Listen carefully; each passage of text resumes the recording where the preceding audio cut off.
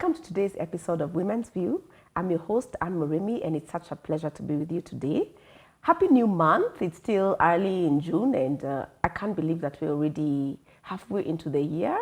Time is really, really going fast, and well, that's just the way it is. So yeah, great to have you with us once more. Remember to interact with us on social media. The handles to use are GBS TV Africa, whether it's on IG or Facebook or Twitter, just feel free. If you want to send us a message, the number to use is 21144.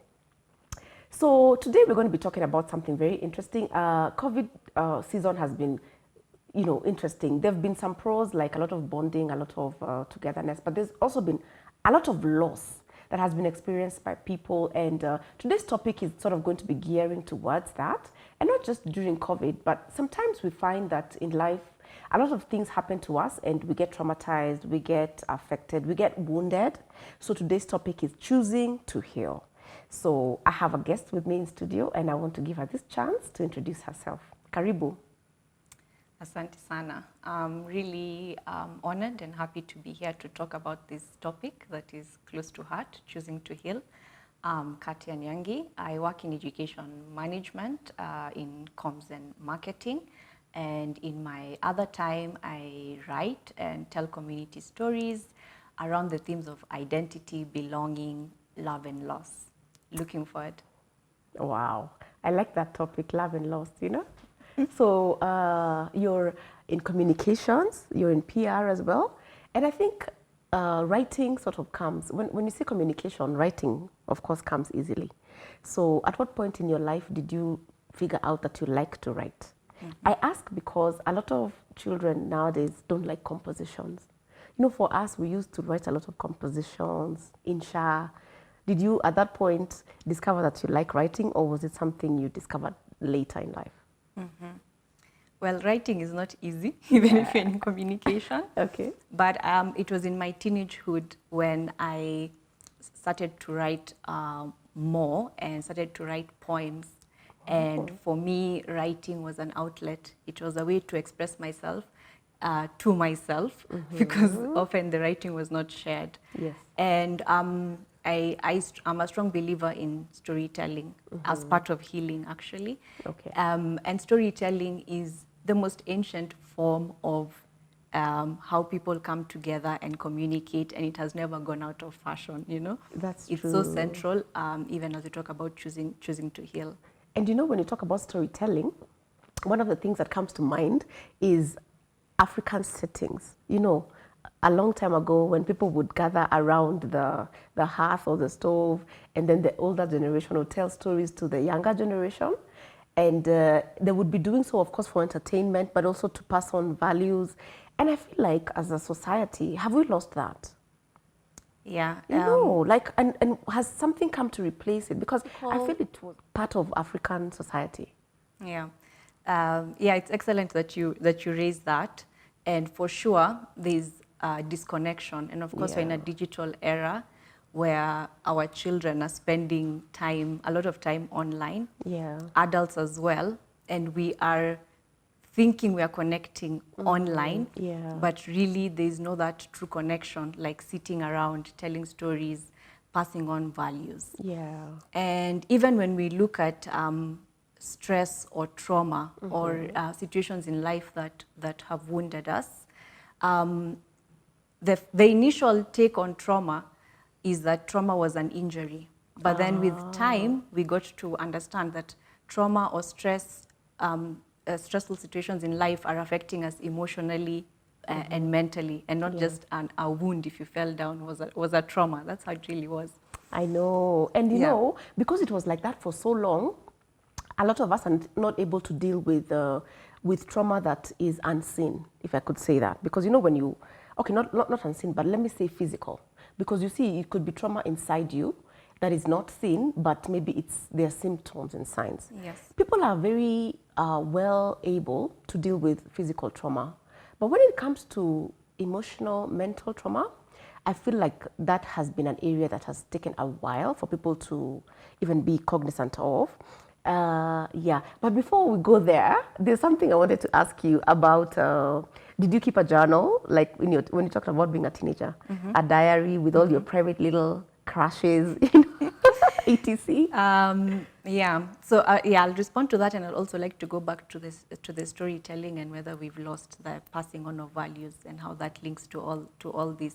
Okay. So yes, I used to keep a journal, and I used to write things that were happening to me on a day-to-day basis. And sometimes when I didn't really grasp what was happening to me or how I should process that in my mind, then that's when I would switch to poetry. Okay. And somehow it will just kind of flow. Yeah. And of course, as a teenager, I had the fear of this journal being discovered. I know. Did you? We kept hiding them. Yes, but mine went extreme because I eventually soaked it in water out of the fear that it would be read or discovered. But I want to encourage every, child or parent to encourage their children to keep journals, and ourselves as adults. Journaling is a very it's a practice that's actually healing, and it's something you can always refer back to when you need a record or a recollection of something, even when you're looking at your journey in healing. And then about passing on of values, one of the key things when we are going through a situation that has wounded us or that has traumatized us is actually going back to your belief system. Okay. That is very prime. Okay. And your belief system is how you make sense of the world. And part of that belief system is the values, and the values navigated through your faith. Yeah. Faith, most of us navigate our faith through religion, but it might not necessarily be the case. Okay. There are other avenues that you can navigate your faith, but that is what you need to always, first and foremost, go back to. Okay. And in our one other thing is about the biology of being wounded and trauma. And there's something called the parietal lobe here. And going back to the faith. Forehead. Yes, here, and I'll mention more about it. Okay. It's in our mind, yeah. So here we have the parietal lobe and the neofrontal cortex of the brain, and this is where reflection is, spirituality is. It's where we can make judgments, where we can retell stories. Okay. Yes. Wow. And at the center of our, I'm just saying it in a layman's No. You've gone scientific on us, and it's perfect. I'm like, wow. All right. Forehead, aka. Yes. What did you call it? The parietal lobe. Yes. But and in the center we have like our emotional brain, and where stories are stored or blocked, and that is where our healing gets either processed or blocked. And I will say more about that later. Okay. And then at the back we have our instinctual brain, which I call the crocodile brain. Okay. It's where we just react versus respond to situations. Okay. So if we look at faith, and say we look at it from a religion perspective, which is a way that most of us navigate our faith. Yes. If you look at, say, the Catholics, there's the Father, Son, Holy Spirit. It comes to here. It always starts from here, Yes. right? You look at Islam.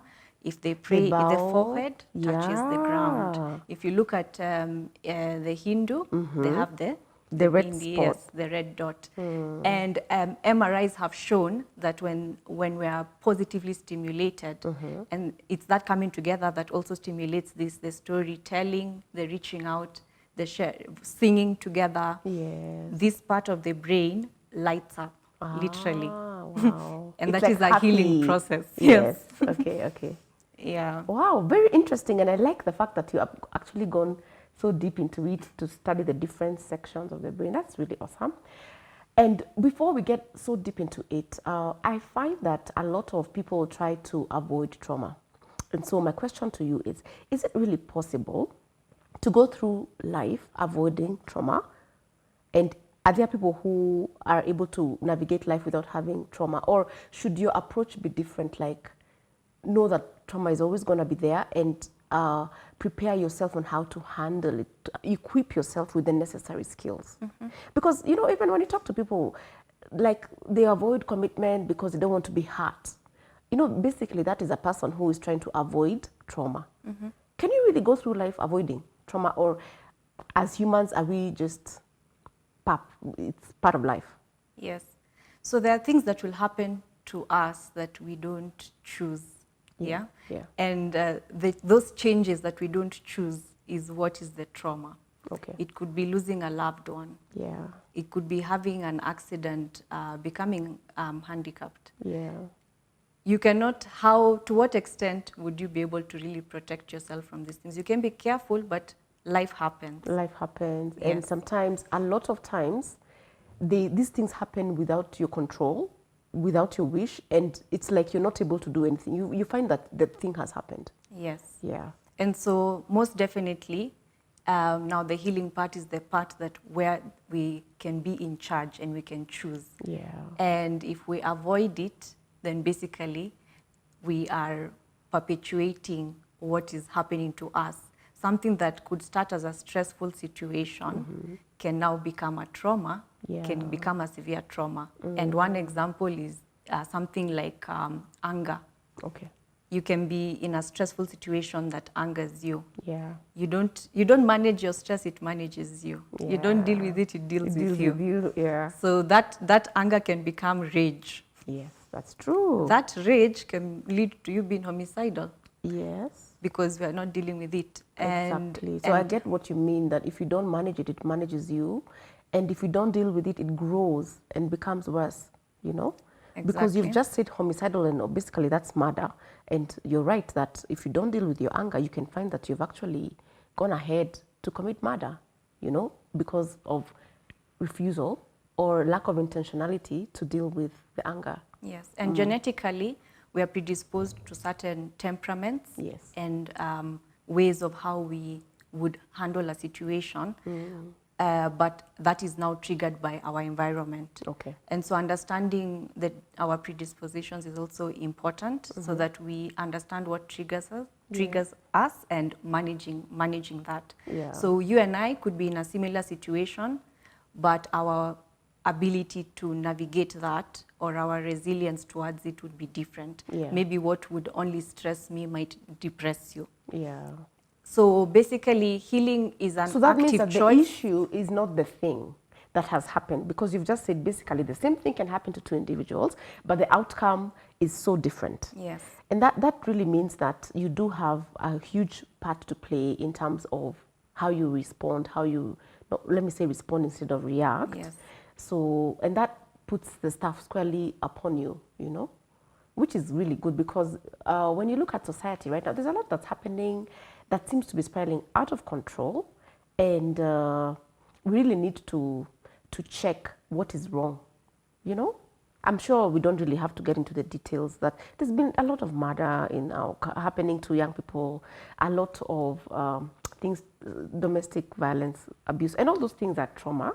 And actually, I see what you mean, that they are the consequences of trauma that has not been dealt with for so long, and then now it's erupting. Yes, and it starts with the individual and the family, and then it trickles down into our systems, and then nations. And you know, like I say, like from a nation perspective, patriarchy to me is trauma.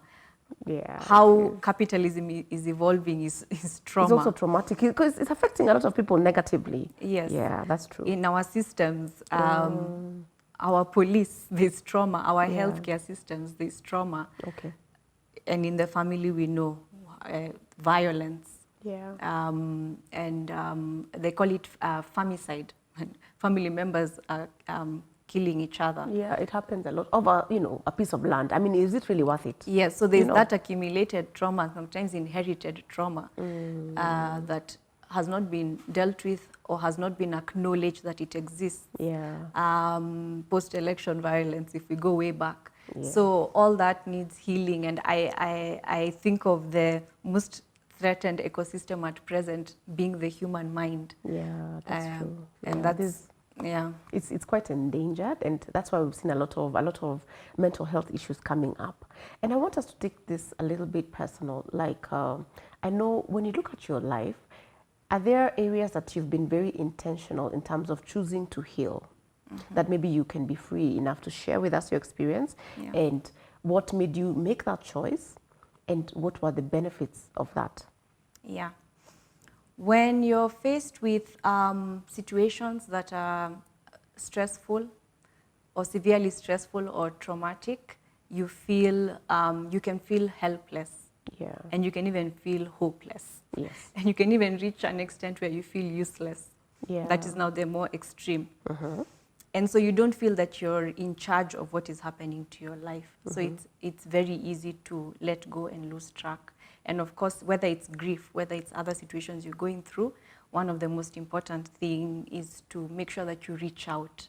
Okay. Reach out, don't hide, don't over-isolate yourself, even if you need your time for reflection. Yeah. Having the people, again, back to that storytelling. Yeah, community. Yes, you need others, and you never know what someone might do or say or bring in that will aid your healing. Yeah. But ultimately, that healing has to come from you, and we can't, I say we can't fix people, we can only love them. Okay. Yes, and that love will support them into repairing what they need to repair. Okay. Yeah, So from my own experience, I grew up in a home where there was violence. Okay. I haven't yet shared much on this, but I will in the coming time. Yeah, and you know what? You write, you have a blog, right? I have a blog where I share community stories, but Okay. I've shared also personal essays that reflect on identity and things like inherited trauma, Okay. secondary trauma, Yeah. which is what a lot of children experience when you are not, you might be in an atmosphere where there's violence, but that violence might not be towards you. It could be watching your parents in a violent situation, and that becomes secondary trauma to you. Ah, that would, because it's primary to them, and then you're in the picture, sort of. So what sort of drama did you get to experience at your family? Was it primary or secondary? So it was secondary Okay. in terms of violence. And then later, when I was 12, 13, both my parents passed away. Oh. So that was, again, added on what had already happened that wasn't really dealt with. Yeah. So sorry about that. I mean, it's Yeah, like one thing, and yes. then you can't deal because the other people are not even there, which makes it even difficult. And Yes, you sort it's of want another to. layer. It's another layer. It covers Yeah. up the first one. Yeah. Okay. Yeah. And for Wow. children, if children experience traumatic situations, it's more severe because their brains are still developing. The brains I was talking about. Yes. So of course, and then again, sometimes because children rely on adults for caregiving, they are less in charge of the decisions they can make, even in situations that are not healthy for them. Exactly. Like they can't choose to leave. You Exactly. know, how do you leave a situation when you're the child? You can't just say, okay, mom and dad, you guys don't seem to have it together. I'm out. Like, you know, Yeah. So in a way, they're quite Vulnerable. they're vulnerable. Yeah. Yeah. That's what. Yeah. So, so of course, I went about my life, and again, it's back to predispositions. I can say I was pretty resilient. Yeah, And I I think went, so. because there are many things you could go into. You could go into alcoholism, you Yeah. can go into reckless Leaving. yes, Yeah. expression of sexuality to cope with what you're going through. So for me, I went into the writing and the journaling. That was a good way of coping. Yes, and then again, gender. There is a tendency for girls to. I used to do well in school, but for me, doing well in school was a way to put my mind to something else that wasn't what was going on. Yeah. And well, they say gender-wise, girls are better at channeling their energies that way. Unlike boys, because boys do tend to get into a lot of errant behavior, and then of course a lot of things like alcoholism come in. So it's actually gender, you know, There's an biased. aspect. Yeah. There's an aspect of that to it. Okay. Yeah. So so later in my life, I did go through a time in my life when I was feeling that I was not really, things were just happening to me. And how That's what old it were you felt. at that point? Just to give my viewer 13 to 16. Very early. Yes. You know, here you are at 13 and you're dealing with so much in your brain, you know. Wow, that was a lot. Yeah. But you can sometimes you can only connect the dots looking backward. Yeah, hindsight. And it was only later when I met a trauma healer who I got to know about the work that he and his organization were doing. Okay. And they invited me to train, and I trained on trauma healing. I really got to get into the details of that, what I'm talking about, self-awareness. Yeah. Because when you know what is happening to you, you can understand yourself. And when you understand yourself, you can understand others better. Yeah. You respond instead of reacting. You make better decisions because you're now in charge of your life, and you understand that you're in charge of your life. You can understand when you need to reach out to someone. Yeah. You can understand that this is a moment when I'm getting triggered, and you can pull back. Yeah, you can pull back. Just to ask, at what point did all this happen? Because if the trauma happened when you're between 13 and 16, when did you meet the trauma healer and be able to look back and join the dots? Do you remember at that age? It's many years of work. Many years. It's not like an instant. It's a process. And it's like, it's the way you go to university to get a degree. Yeah. Healing is like that. It's not like today you wake up and you're like, I'm healing. Voila. Yes.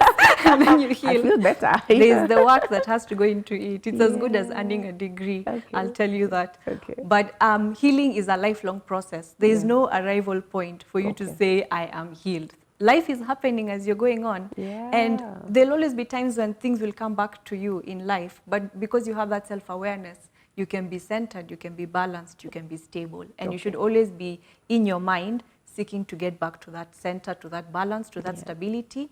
It's like a spiral, a circle that spirals.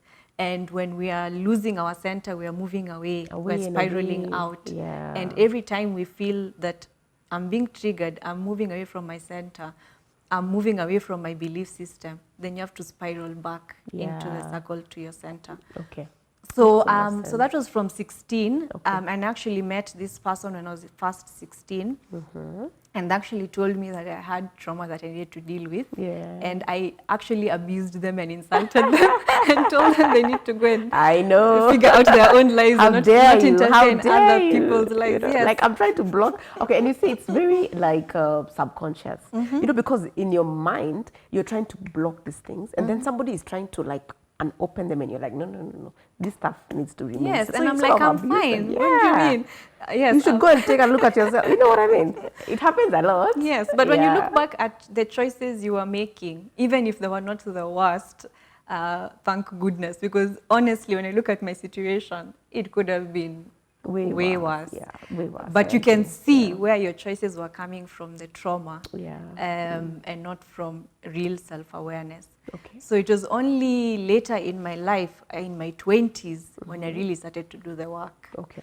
And what is it that made you, because I feel like in life, certain things push you to the point where you feel you now must deal with it, you know, and I always like the fact that we have the physical world, because the physical world can help us understand the emotional and mental. You see, you can be having a headache, but you may not necessarily want to run to hospital and do an MRI and everything. But as the pain intensifies and maybe the consistency of it becomes more, then you might think, okay, maybe I should see a doctor about this, not self-medicate. So is there something that caused you to feel that you need, this needs to be dealt with? It's becoming too much.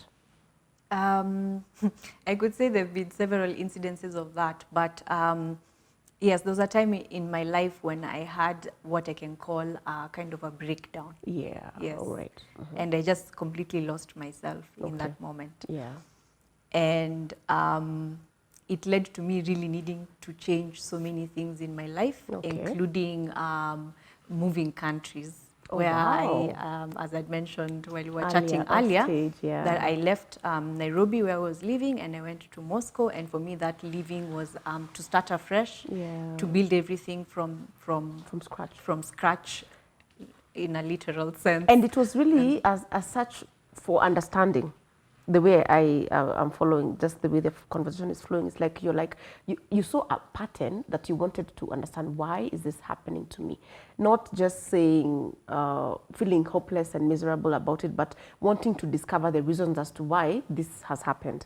Yes. Yeah, okay. Yeah, most definitely. And also taking agency of your life. And making decisions that you are the one who has made out of that self-awareness of what has occurred. Okay. And sometimes that's how life is. Yeah. We might not be taking the action we need to take until some severe situation comes in and propels you. Yeah. And so one other thing I often talk about is looking for the signs and like, what is this what is this here to show me? What is this here to teach me? What is this here to elevate me to? Yes. Because again, stress and trauma, if you have negative thoughts, then you have negative attitudes, and that will be negative behavior. If you have positive thoughts, positive attitudes, positive behavior. Yeah. So if a stressful experience is coming to you, you can choose to blow up, be negative. Why is this happening to me? I've been through enough. Da, da, da, da. Yeah, why me? Yes, You know. but then you can take the positive approach and question,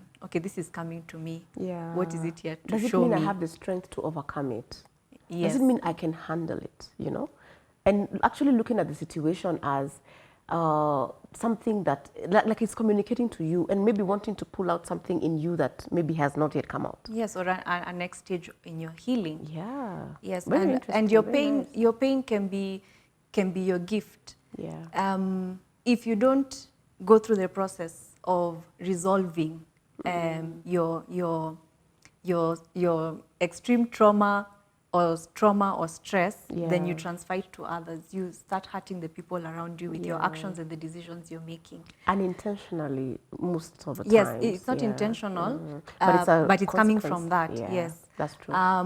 But if you go through the process, then your pain becomes a gift, because say right now I can sit and I can talk about it, or someone can write a book, or someone can start a coaching session. Yes. Whatever it is, it becomes a gift, and then there's a title for you. When you get to that level, you become a wounded healer. Yeah, and it's so good because now a lot of people can relate to you, and they can see that you've been able to do something that maybe they want to, and you can help them in that process.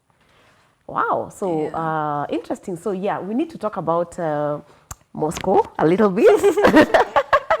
I know. First of all, Russia is quite far, right? Getting there is one thing. I hope you didn't go during the winter. I did, because when I made the decision, that was it. I made the decision and I was gone. Okay. So how was your first, did you have any culture shock when you landed there?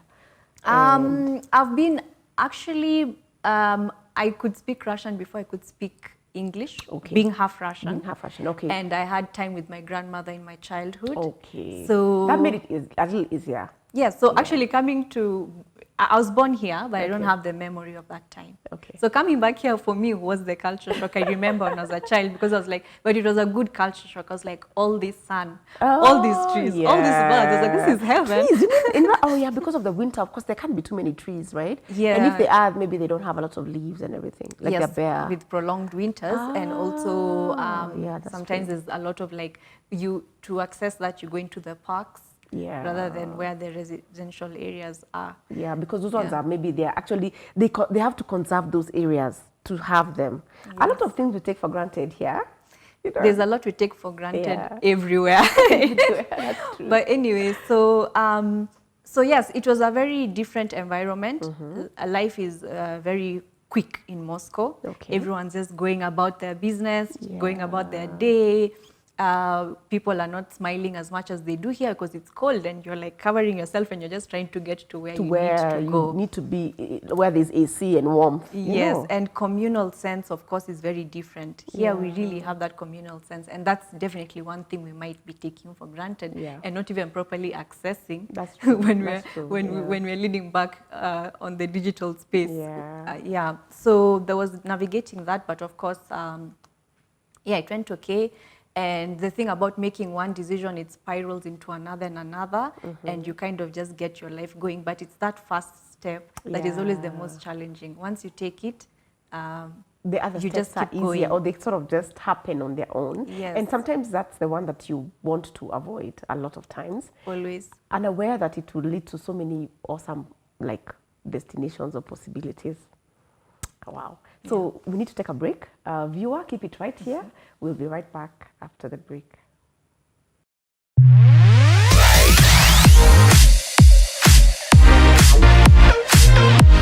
Hello, my name is David and welcome to Start Smart.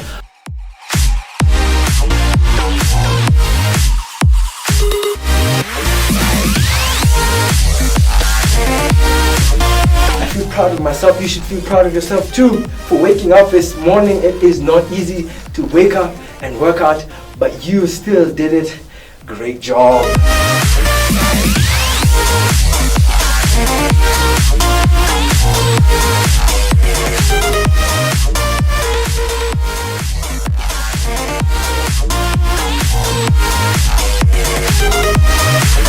Thank you so much for joining me on Start Smart this morning for the workouts you have just done. I hope you have enjoyed yourself. Hello viewer, welcome back. We're having a very interesting discussion about choosing to heal. And remember that you can interact with us on our social media, and also our SMS line is 21144. And it's actually very interesting to just be able to delve deep into into this topic of choosing to heal. And I'm so happy to be doing it with somebody who knows the technical aspect of it, but has also experienced it personally, and therefore it's very easy to see the link between knowledge and experience, which eventually has translated, in my opinion, to a lot of wisdom. So yeah, it's really great to have you. So before we took a break, I wanted us to talk about a lot of people prefer not to deal with trauma that has affected them emotionally and physically. No, and mentally. Physically, sometimes you're forced to deal because, if you've got a gash, you've got to go and see the doctor, you've got to clean it in order to heal. But I find that people want to avoid and be in denial much, much more than to seek avenues of healing. And how does that affect us? Mm-hmm. So, there's two aspects to this. Mm-hmm. First, I'll go back to what I was talking about in what happens in our brain, the biology of trauma. Okay. So we have the hippocampus and the amygdala in our middle part of the brain, which is where memory stories are stored. And whatever is happening to us is a story. Again, back to storytelling. And I would like to quote Philip Pullman, who writes fiction, and he says that after nourishment, companionship, shelter, the next most important thing is storytelling. And that's exactly what happens in our brain. Every experience is a story. So the hippocampus stores these stories, and the amygdala is stimulated based on what this story is, the story meaning the experience. So you have a, say, mildly stressful situation, the amygdala is a little stimulated, the hippocampus can deal with that. It's processed, it's brought to your front brain, the neocortex part of it. So, and there is where, as I'd mentioned, reflection, judgment, our thinking, intellectualizing happens. And so someone asks you, how was your day? You can retrieve that and say, it was fine, but I had this and this happen, and the story ends. And that's called, that's a processed story or memory. But when we face severe stress or more so trauma, what happens is that this comes to the hippocampus. The amygdala is really stimulated, and it's now telling the hippocampus, I can't deal with this. And what happens is that it is not processed. It doesn't come to the front. It is stored there and blocked. And when it's not processed, what happens is that it does not become a story. So if someone asks you, how was your day, and say something traumatic happened, you cannot retell it. You can't, because it's not it hasn't processed to become a story. What happens is, because it's processed like a jigsaw, it's stored like a puzzle, pieces of a puzzle. So it's all scattered, and it's like incidences of what happened. And so if someone asks you what happened, you're actually triggered. And because it's not processed, you start reliving it again. If when that situation happened, you were sweating, whatever was happening to you physically will start happening again, because your sense is that this is not a memory, but this is actually happening to me again right now. And that's how trauma gets blocked and stored, and you don't deal with it. Then you don't deal with it, it manifests in physically. So you might think that you've blocked it and you've put it aside and you've moved on with your life. Yeah. But there comes the high blood pressure. I know. There comes and you're the wondering, diabetes. where is this coming from? Yes. I've been eating so well. Yeah. Oh my gosh. Yeah. Yeah. And as Ken Robinson was an educator, and he said that we should not use our heads just to transport our bodies around, Yeah. you know? And processing what is happening to us, choosing to heal and healing, is a full body process. Yeah. It means that we're taking care of ourselves, we are taking care of our nourishment, Yeah. we are physically moving, and movement is a great healer, whether it is dancing, whether it is Zumba, Yeah. walking, exercise, and if it is trauma, there's actual specific movements for trauma that help to release the trauma. Really? Yes, like leaning yourself on a wall and bend. Anyway, there's movements I I know, I'm like, I could what? demonstrate one at one, maybe when we have I'm an lucky to be opportunity. with you in the studio Yes. because I'm going to get to experience and see that shortly, which is Yes, great. so it's a whole body process. It's not just your head trying to process and put the puzzle together to form it. yes, and Yeah. eventually your aim is to put that puzzle together, Yeah. and then the hippocampus can bring it to your To the to the front. And when someone now, maybe like now, after many years, you ask me what happened, and I can just tell it to you like a story. Yeah. And I'm not triggered. Oh, But another okay. part of the choosing to heal process is also knowing and understanding your triggers. Okay. And I'll give you my own example. I used to be really triggered by ambulances because remember I'd experienced violence. My parents passed away and there was illness involved and there was always ambulances around me. Yeah. And later in my life, because I really started dealing with this properly in my 20s, even if I was on the road and there's an ambulance that passes through, literally I could not continue walking or moving or doing. You like to have to start Yes, and I'm experience the stuck. whole thing again. Oh Yes. my. And you see that then that's a trigger. That's a trigger, yeah. Yeah, and triggers can be a smell, a familiar smell. It can be a taste even of something. Yeah. It can be all these things Yes, that it are can- our so many senses that we things, experience yeah. with our whole bodies. Okay, okay. Yeah. You're so informed. I like the way you're so self-aware to the point that you can actually tell that you're triggered by X, Y, Z and name it.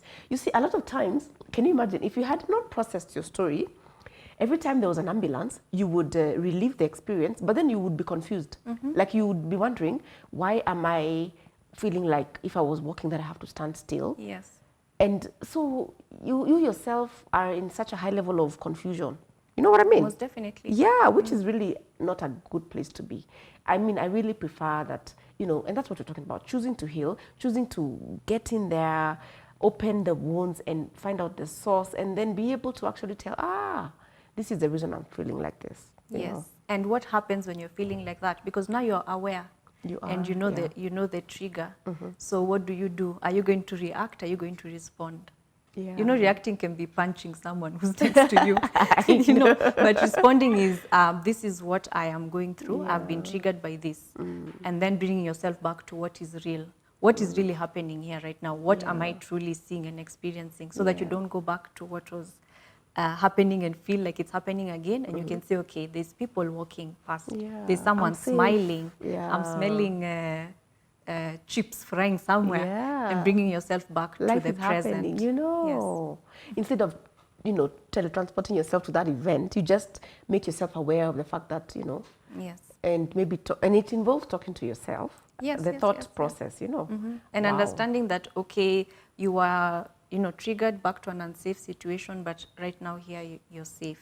You're or this safe, is what is really happening in the present. Yeah. But again, we had discussed briefly about So, grief. you know, you explained this stuff so well, I'm feeling like you're such a good healer. Oh, no. People told you that. I think you are. Maybe you don't like think about yourself in that way, but I do. And I really want us to just talk a little bit about that. The fact that people should not prefer to block these experiences, but people should prefer to unravel them. And I think the fear usually is that when you open them, that you're going to find it worse, worse, and worse, and worse, which is sometimes the case physically. You know, like you feel an ache here, then you're opened up and oh, it's worse and it's cancer and all that. But I feel like when it comes to our emotions and our mental space, the more you open, the better. You know? Yes. Yeah. Like when you have a wound and Yeah. you cut yourself, how does it heal faster? When you leave it open, Yeah. if you cover it up, it takes longer it takes to heal. longer. Yeah. And that's the same analogy to that. Yeah. So definitely, it's a painful process, and it's not easy. Yeah. Opening wounds, it's not easy. It's not easy. Yeah. But when you come out of it, you're now You're going to be in a healed. situation It's where better. you're thriving. Yeah. Yes, and with acceptance. Okay. And back, you had mentioned about grief. Yes, And yes. there was a lot of loss because of Because of COVID of the and, pandemic. yeah. And there's not just the pandemic, there's other causes of loss and death that are still happening that existed pre the pandemic. But the Exactly. pandemic has changed things further. Yeah, And a that's country like Kenya, over 35% of our population is living below the poverty line. And poverty itself is trauma. Yeah. So then COVID added to it and the rest. So when we're going through that process of, say, grief, once again, it's a process that needs time. Yeah. Usually the first thing that happens is a shock. And when you're in shock, you can't think. Yeah. So you're you just in a feel daze. that, yes, you're in a daze, and you're wondering, why can't I think? Or maybe I just lost this person and Yeah. I can't even think about them. Yeah. And then you go into numbness. Numbness, you can't feel. Yeah. And maybe you're not crying. Or Yeah. and you're thinking, I must be such a terrible person. I'm not even crying, and this is such a great person, a very close person to me who's Yes. passed. But yeah, And somehow okay. you feel like you're not really experiencing that depth of emotion that this loss should have caused you. Again, self-awareness, you're going through that numbness. Yeah. And then from that numbness now comes the time when you're in disbelief and pain, and the real Yeah. pain of it, which you have to live through. You have to accept the pain. You do, yeah. And you have to let yourself feel finally what you Yeah. need to feel. And then only after that do you now turn into an upward movement where you start reconstructing your life and accepting and thinking of this. When you think of this person, you're not thinking of them through death and Through just that one experience of their loss. yes, you're thinking of them Yeah. in the abundance of the life they lived. Yeah. You're thinking of them in the kind of life they would have liked to see you living. Yeah.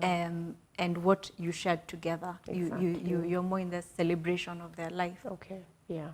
And already I hear the process. I think I've had that a lot, that it's a process. And it's a process that is good to go through.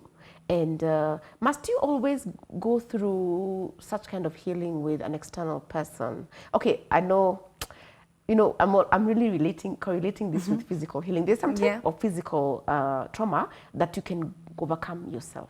But then there's some type that you've got to go to a doctor. Sometimes you've got to go to a specialized doctor. A Sometimes you've got to physiotherapist. fly out of the country because even the Yes. person who needs to help you heal is not in Kenya, is not in Africa, they are out there. So it really depends, you know, because Yes. a lot of people, the reason I'm asking that is a lot of people want to avoid having a coach, having a psychiatrist, a psychologist, because they feel that when you do that, like, hey, things are too thick. Yes. You know, Or what will that person really do for me? They don't know my Yeah, life. I'm the yeah. one going through this. like they don't even understand me. Like all these things about asking me about your childhood are so fake. You know, that's stories. You know, the stereotype of how did you grow up, and you're like, Yeah. here we go. You know, Yeah, most definitely. Again, back to that communal sense, you need the people around you to heal, you need connection. And again, predispositions. For some people, that might be enough. The people around them, the meaningful work that they continue to do in the world, you know, delving yourself into new projects or things that are born out of what you experienced. And that is healing. But for others, or when it becomes very severe, which becomes now even post-traumatic you know, disorder, PTSD, then you definitely need a professional to come in and to support you in that. And it's interesting, post-traumatic stress disorder, as in if you don't deal with it, it now becomes a disorder that now you need a complete high-level professional to help you uncover, because there are so many layers and layers that, and then there's so much confusion. So like one thing has to be uncovered than another. It's Yes. really such a And you reach better a idea point where you to do it probably early. need, we have the aspect of medication. Exactly, Yes? that also comes in. Yes, but Yeah. medication at some level may be required. Yeah. However, we also have to understand, and maybe, I don't know if I should say this is my opinion, Yeah. but medication is there to cure symptoms, not Yeah. what has happened. Oh, yeah, that's So if you have a headache and Yeah. you take a painkiller, you Yes. are stopping yourself from feeling the pain. You've not cured. But the headache is source. still there. You The just headache is there, can't just feel can't it. feel it. Maybe you Yeah. needed to drink water to rehydrate Maybe you're yourself. dehydrated. So even if you are at a level where you need medication to support you, Yeah. you still need to find a way to figure out, once again, how you're going to make that story Come out. come to the front. Come to the front. As it is such a process, the story has to come to the front, and if it doesn't come to the front, it will manifest in. It will go to your crocodile brain. You will be reacting to life, not responding to life. Yeah, which is really not a good space to be in, So, but sometimes you've got, well, let me not say it's not a good place, but it's a place that it's better, in my opinion, to let the story come to the forefront, and then you tell it and you communicate it. And also, not just for yourself, but who knows which other people you're going to be bringing in to be able to give them a space to share as well. Most definitely. Yeah. So, of course, access to these tools is not obvious and direct. And that's Yeah. why conversations like this are useful, because we're sharing information that Exactly. people need access to in Yeah. terms of bringing that self-awareness to themselves, because it's not obvious. And I want to take you back to your story, Yeah. because you said the first person who told you, I think when you were 16, that you had stuff you needed to deal with, was that a friend or just a random stranger? Yeah, so this was the trauma healer This was the who trauma I healer. had met, through some function that was. So it was a very random. It was thing. completely random. Yeah. Completely random. Life is so interesting, Yes, because it will sometimes send you what you need when you're ready. Yeah. If you're looking out for it, because Yeah. I was probably seeking it. Yeah. But within you. yes, but I was not in a state of acknowledgement Yeah. that I was, and that's why it took time to manifest. Yeah. I mean, 4 years plus.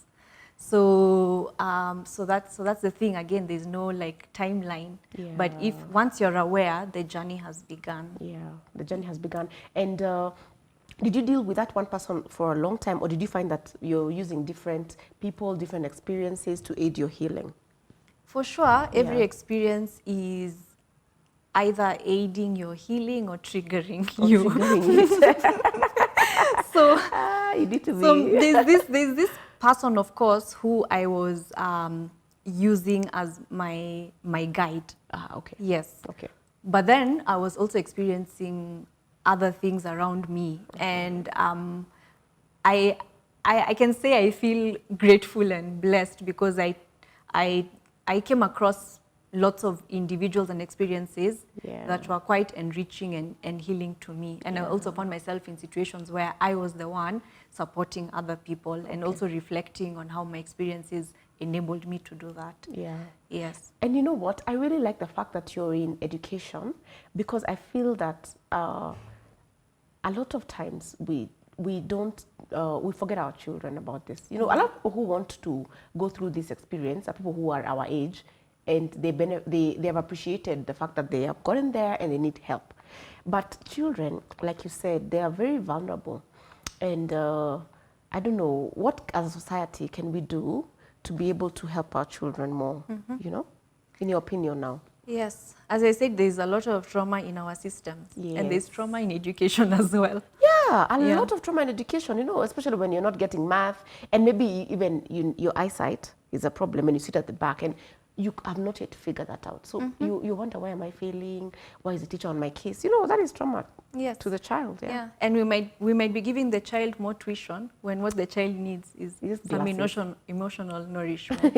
And we live, and I talked about the evolution of capitalism as a trauma, Yeah, you because did. parents are working hard, trying to provide for their children, trying to take them to good schools, give them the education they need.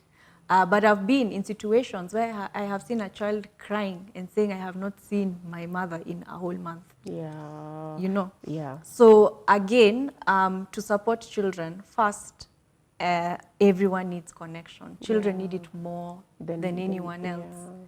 That math is not connection. That science is not not, connection. yeah. But when you make time to connect with your child, rather than they might be going to a more humble school, Yeah. but you're connecting with them, Yeah. and you're able to create that time to connect with Which them. is more beneficial. Way more beneficial Yeah. into the kind of adult they will evolve into. Exactly. But then again, as educational institutions, it is also our role. How do we support our children, and what do we internally implement to be able to support them? Yeah. Do we have school counselors?